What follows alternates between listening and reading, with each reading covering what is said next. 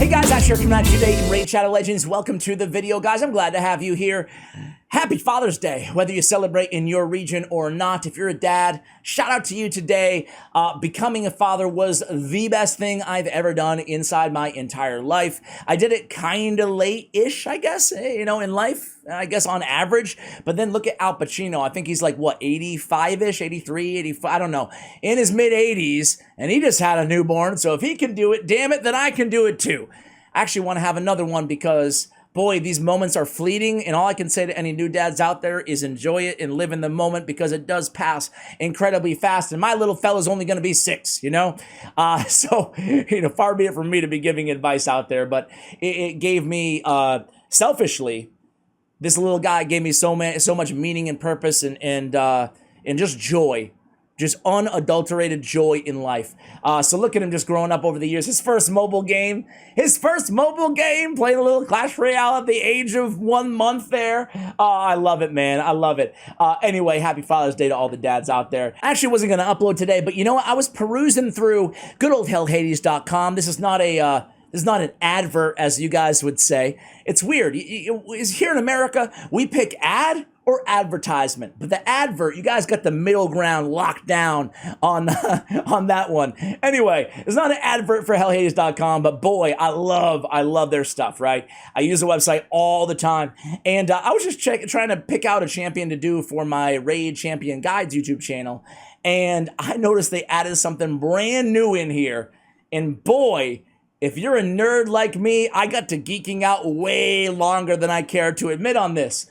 They have a new live arena win percentage data for all these champions, dude. And they have it broken down by arena tiers. So I was just kind of looking around. So Pythion, we get Silver 3, 47% win rate. Silver 4, 38. Oof. I would have expected way higher. And then Gold 1, 41%. Gold 2, 0%. I think there's, one player or a few who had Gold 2 right now. So, anyway, guys, but when you go to Bronze, the win rate definitely jacks up quite a bit, and that is to be expected. So I started looking at all my favorite champions, man. I started looking at all of them in the game, and I got down this black hole of hellhades.com, checking out my stats.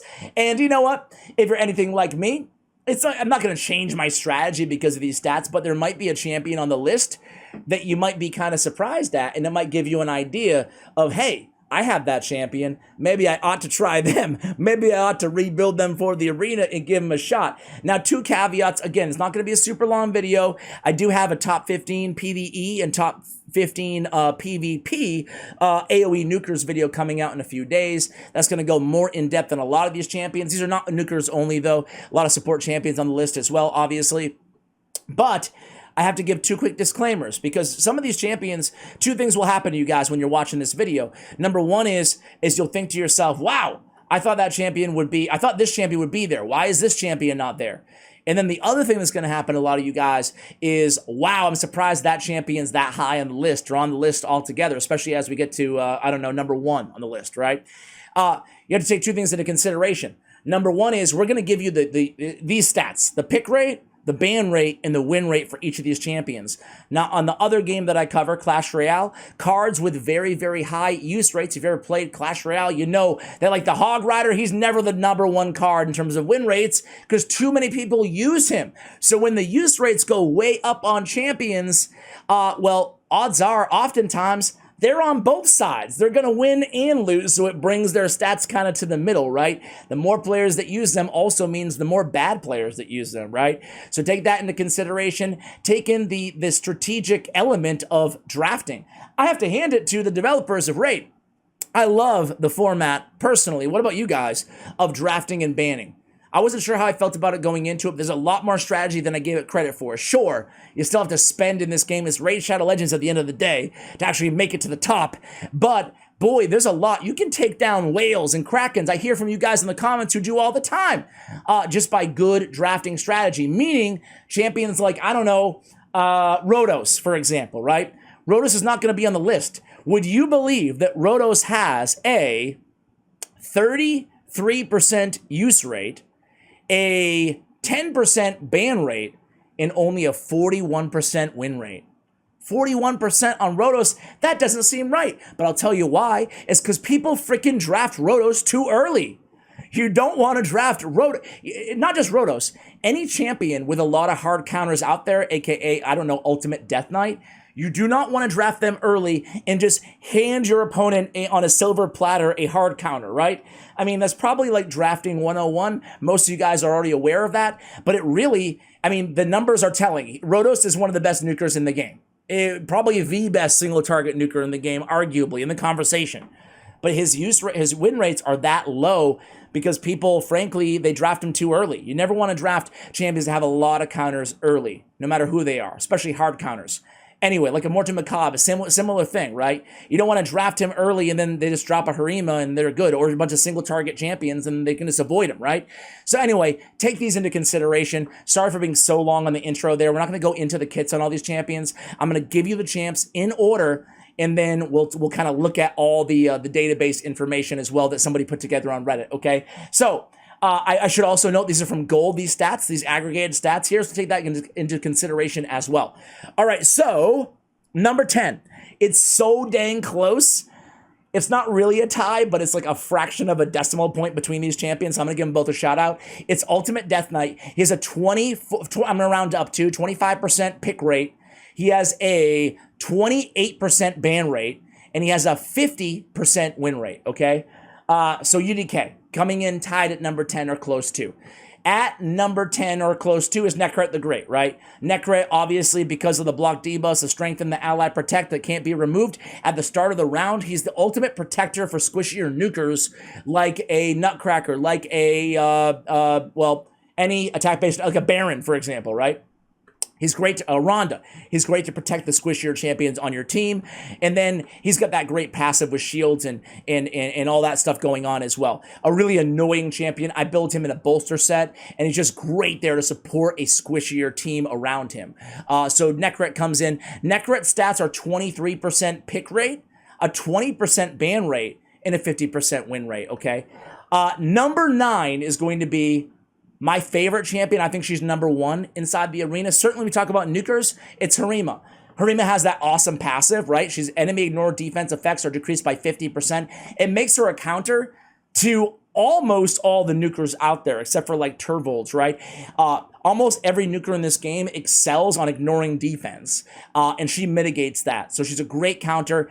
Even equally as importantly, right? Demon Spawn's probably the most important or widely used faction in the game in PvP, and they can't land critical hits on her. So like the Macabres that we talked about again earlier, they can't one-shot her. They can't do anything to her. They can't even land a crit against her. So not only that, but we got the triple hitter, and we got the AoE, the provoke, just an incredible nuker, and she's so tanky as well, right? So she comes in at number 9 with a 42% use rate. 42% use rate, real quick, is tied for number 1. She's tied with the second champion on our list for the number 1 use percentage, which says a lot about how good she is. I draft her every time. She's probably the only champion on my account that I'm drafting every time, pretty much no matter what. All right, next up is going to be number 8. It's Jirgad the Breaker. Obviously, he has the Crack Any Shell, which ironically Harima kind of counters, right? 50% chance for this champion to ignore 50% of the target's defense from each hit placed by this champion. He's got the big boy ignore stone skin and everything else, unlike Alio, right? Also, that AoE attack with the unresistible 30% turn meter decrease. Such a good nuker, right? Such a good nuker. His stats are 25% use rate, pick rate, a 14% ban rate, and a 52% win rate. Coming in at number 7 is Cardial. Cardial has a fantastic A2. He also has the ally attack, right, and the speed on the aura. But he has that cleanse with the block debuffs with the revive on death that you can't get rid of. You can't remove it. That's so powerful, especially in the arena. It's powerful everywhere. Who am I kidding, right? He has a 17% pick rate, so quite a bit lower than the champions we've talked about so far. He has a 11% ban rate and a 52% win rate. Number 6 on the list is going to be Mechako. Just while we're here, Warlord is number 14 on the list, or I'm sorry, 12 on the list. Sorry, I'm looking at a spreadsheet, so the number of the rows are different than the number of the champions. My bad. So yeah, Warlord is a little bit further down, but Mechako does make the list. So Mechako, again, coming in at number 6. She has his Destiny's Mirror. Incredible ability, right? When she can throw everything back at the debuff, after whoever's putting debuffs on her. But most importantly, she has Dance of Time. Decrease the cooldowns of all ally skills by 3 turns. Increase the cooldown of enemy skills by 3 turns. Just a fantastic champion. Hate going against her in the arena. She's got great base stats as well. So Mechako's stats are going to be a 30% pick rate, a 52% ban rate. The highest ban rate that we have here on the list today. 52% of the time she is banned. And a 52% win rate as well. Number 5 is going to be Mariska, the Unbreakable. Man, this power tandem, we all know they're OP. We all know. You can deny it if you want to, but they're really dang strong. She's got the cleanse, she's got the turn meter fill, she's got the beast mode heal, the strengthen is protected, the shield, and then that giving all where she revives everybody, and the active effect of that block damage from poison bombs and HP burn. Incredible champion, even better obviously when she's with Taurus. So number 5, her pick rate is 31%.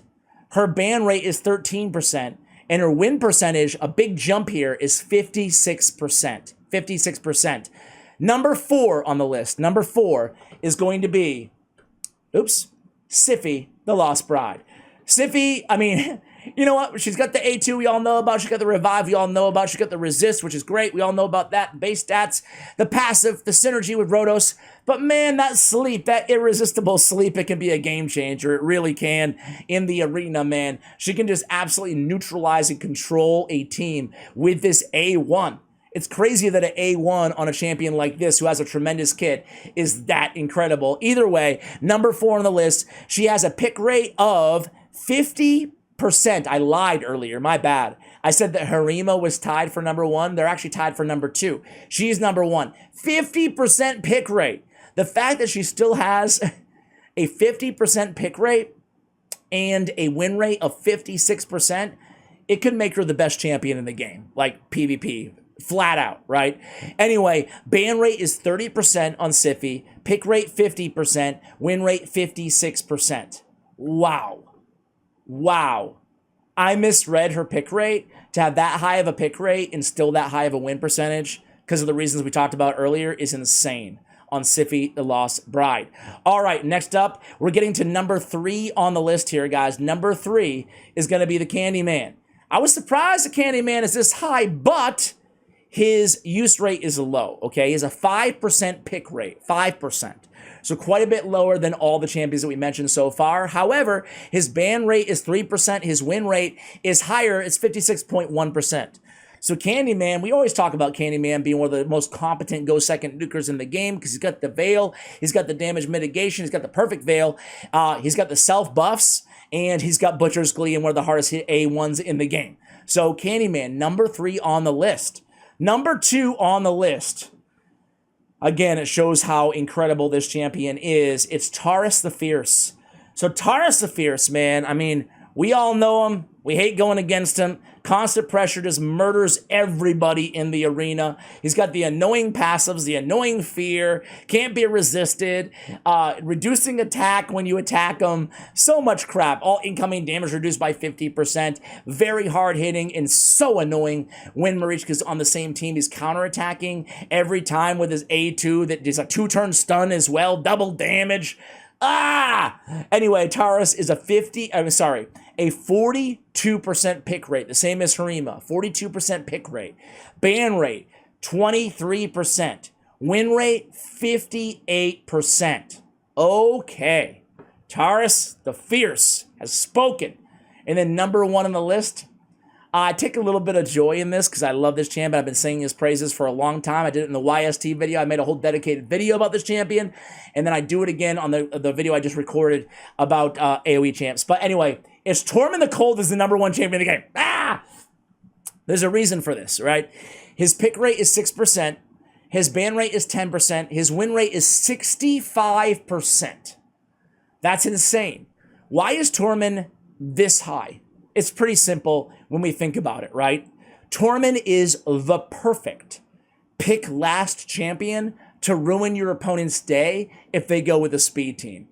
So for me, if my opponent chooses a Kymar and an Arbiter on their team, either or, and then they maybe choose like whatever, a Heffrak, whatever, they're just trying to make a go first team, right?